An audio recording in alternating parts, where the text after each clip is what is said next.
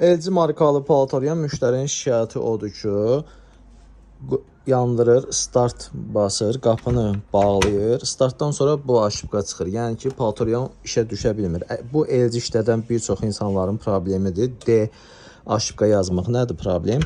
Bu qapını 5 dəfə vurandan sonra işə düşür. Belə çırpırsız işə düşür. Bunu belə çırpa işlətməyə gərək yoxdur. Əgər belə bir probleminiz varsa, yandırırsınız, neçə dəfə çırpırsınız, işə düşmür və D yazırsa, İçində detalı var burada bax bu. O dəyişilməlidir. Ondan sonra problem aradan çıxır. Əgər siz bunu vaxtında dəyişməsəz nə olacaq?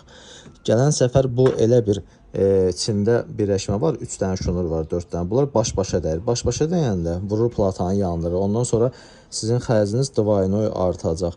Ona görə öncədən bunu təmir etmək lazımdır. 10 dəfə çırpanda yox, axırda dayananda yox. Bir dəfə, 2 dəfə vurursan, görürsən işləmir, onda düzəltdirmək lazımdır.